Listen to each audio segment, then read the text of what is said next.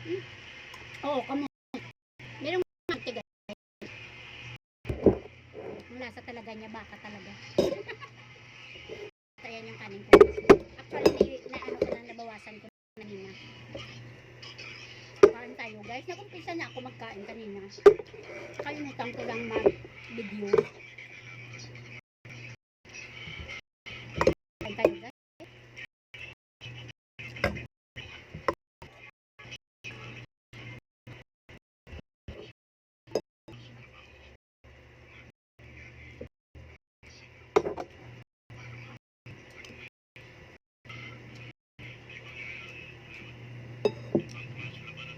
Iba talaga ang lasa ng ano no, ang kaysa baboy.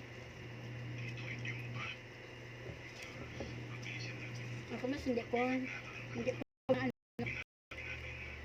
kubit yung lasa niya ng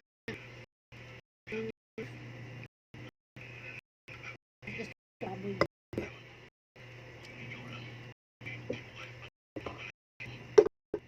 Yan siya nakain tayo guys.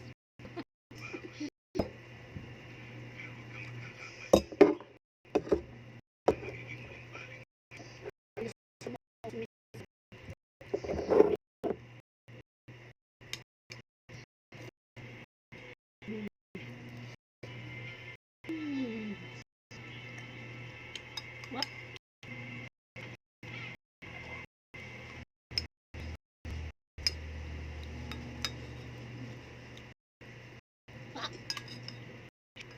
Sag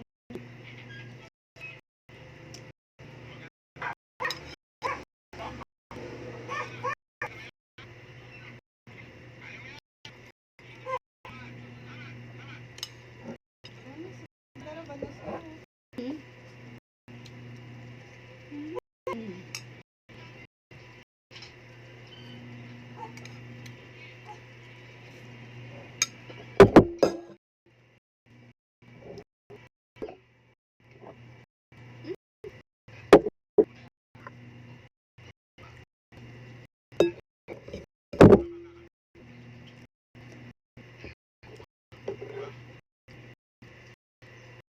Ano pa, may ano pa pala. Panos pa ako dito.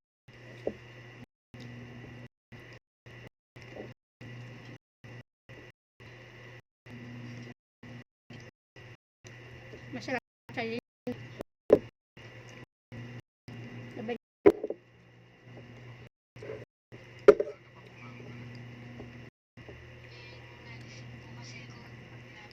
grabe talaga ang tindi ng init ngayon guys. Hapon alam umulan sa krokodilo. Mas lalo nag-init.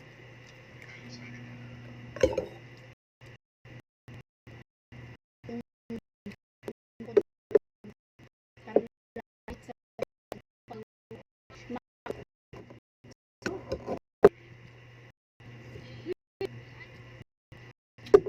ayun, parang tuni.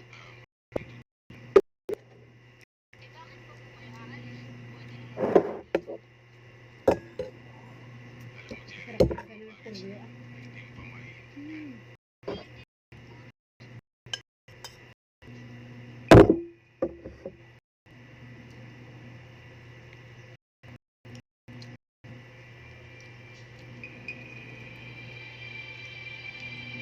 Pero yung iba gusto nila itong ano no, kanin ng baka. Ako kasi hindi.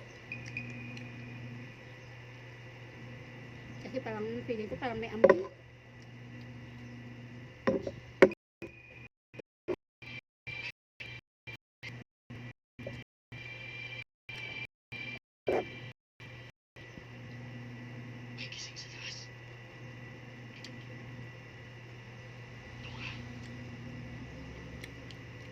Asim.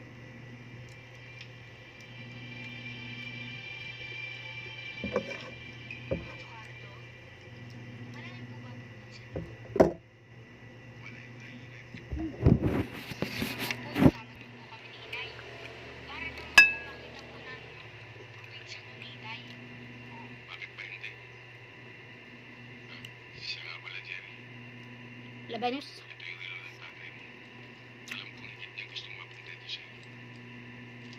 Asim.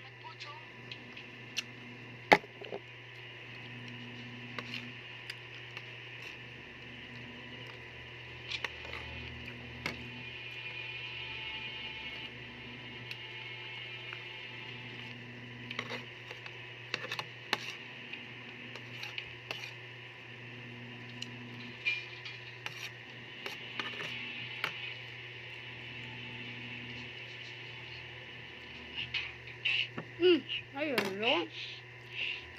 Wala na.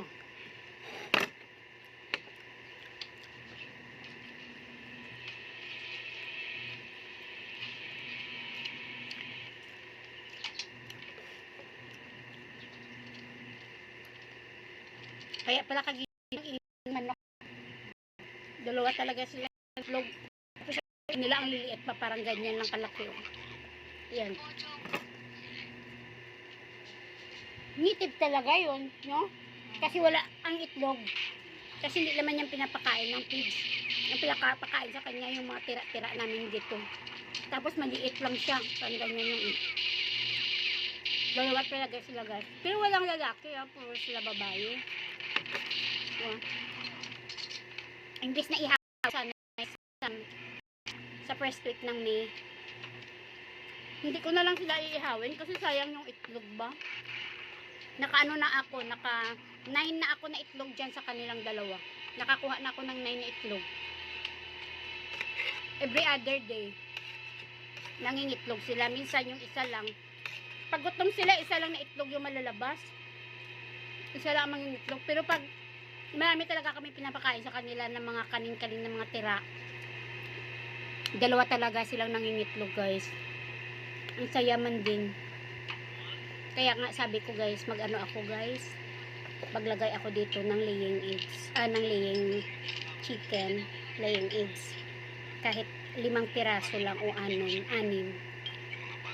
May pang araw-araw lang na kunin na egg ba. Kaso lang mag-ano pa ako guys, ako na ang magpanday, ako na ang gagawa.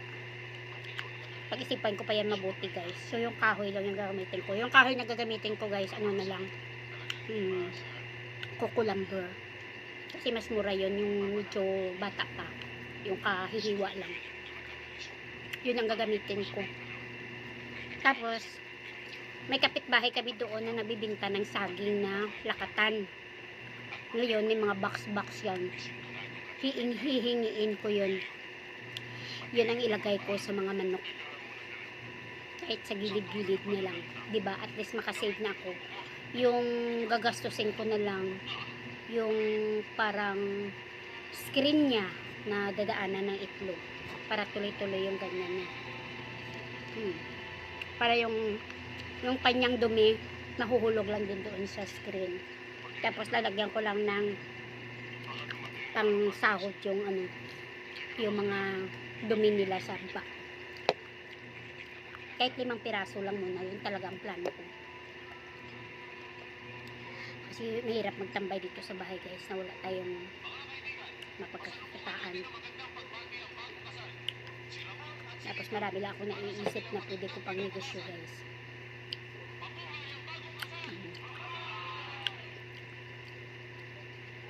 Yung iba pag-iisipan ko pa kasi hirap yung wala tayong kapital kasi.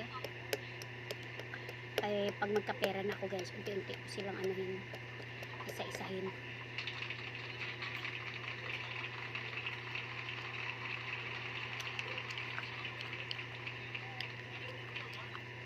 Pakain na sa manok ko. Naro? So ito guys, may tira na naman si Butch. Ipapakain ko na naman ito sa kanila, sa manok. Para ano guys, para marami para araw-araw sila kakain o itlog, para bukas may itlog na naman sila, diba?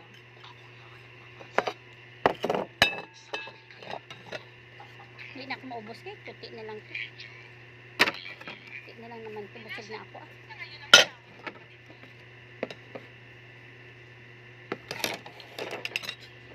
So ayan guys, hingi na lang sana ako ng favor, paki-subscribe na lang po yung ating subscription button, tapos